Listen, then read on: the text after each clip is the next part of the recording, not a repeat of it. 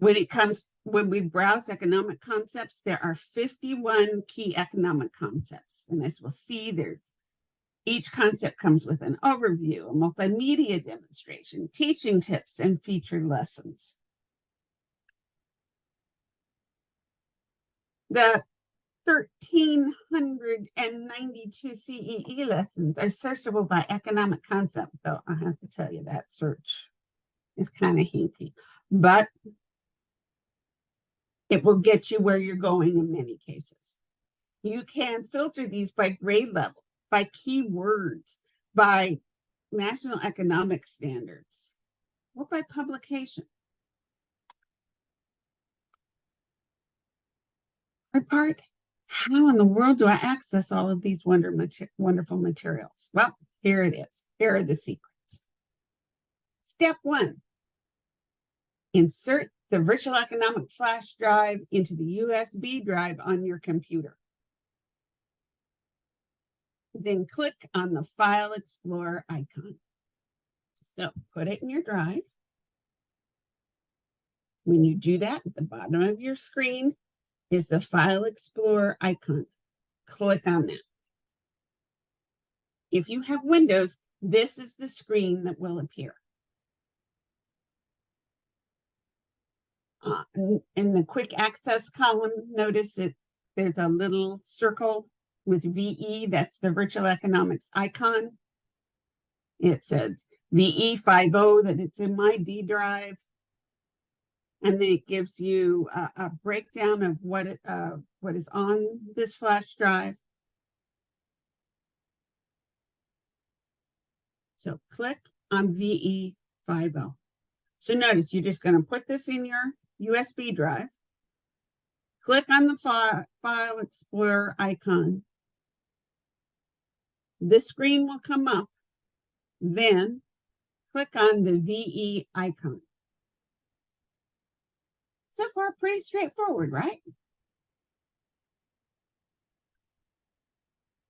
Here is where it gets hinky.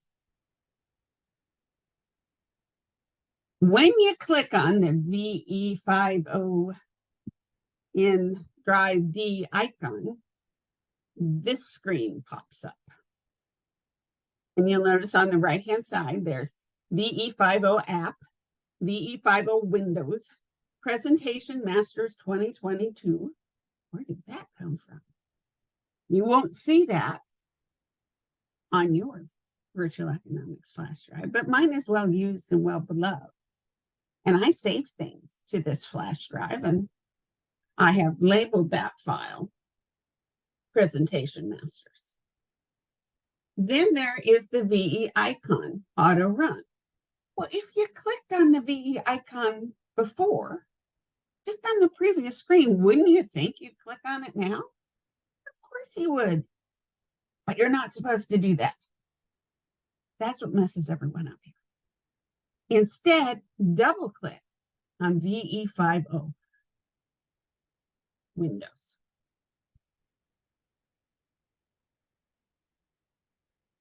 So ignore the icon here and instead click on VE50 Windows. Double click. And then another screen appears. Oh my heavens. Why? Why isn't this easier to use? I have no idea. Have those of us who have been involved with the national network of the Council for Economic Education for years asked for this to be simplified? Yes. Has it been? No. So we'll just have to live with it as it is. But once you've done that, this screen pops up. And then we have the FIBO data, the Adobe Air, the data, the icons, the meta info. Doesn't that sound interesting? But I have no idea what that is. Then you're back to the VE50 icon. And on this screen, you double click on that. So first you click on the icon, and in the next screen you don't click on the icon. And in this screen you double click on this icon. When you do that, you finally get to the home page. Now, There may be a pop-up asking you to accept permissions before this.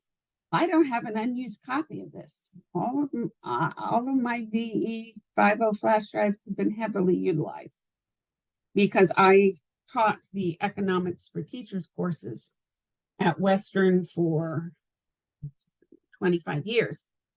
And this was a key tool I used in teaching those courses. So my virtual economics flash drives are heavily used.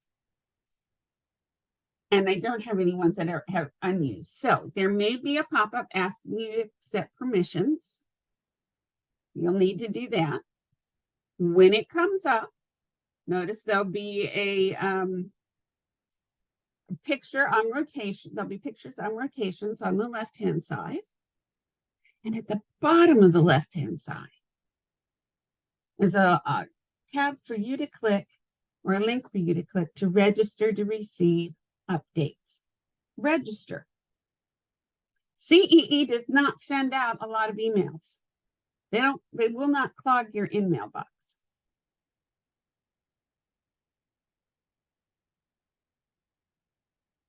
But you really do want to register it because it also helps you search for lesson plans.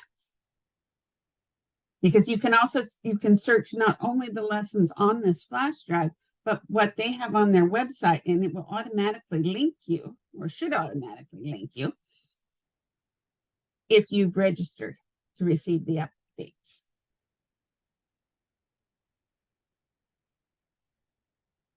Let's click on the top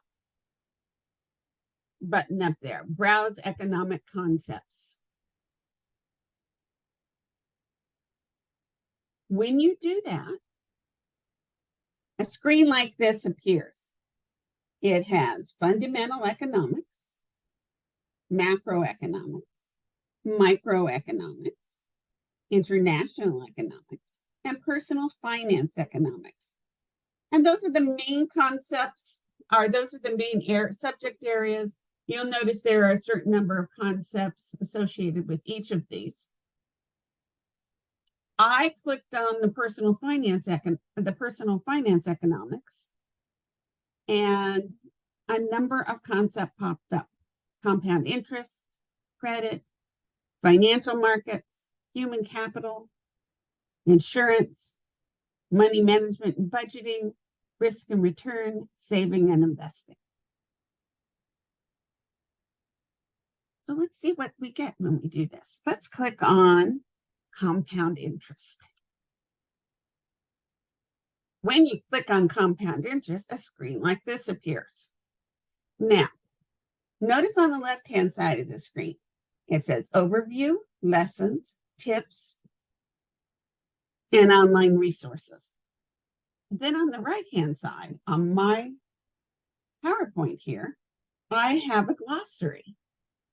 Some of you won't have the glossary there at this moment. Some of you will have a picture of what looks like a bank.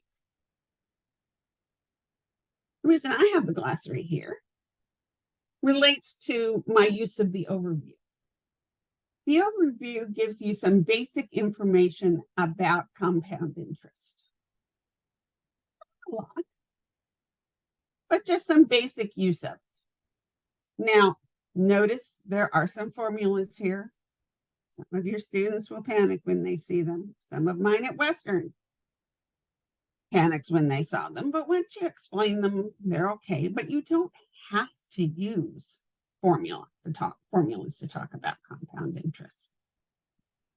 One of the nice things about the overview is it gives you some information. For example, it says that imagine last year you invested $100 and received a rate of return after 1 year of 10%. And what is the rate of return? That's highlighted in green. If you click on that, if you click on rate of return, the glossary pops up. And notice there is a definition of rate of return. Not in formula terms. Basically, it just says the rate of return is earnings from an investment stated as a percentage of the amount invested. Well, that's kind of cool.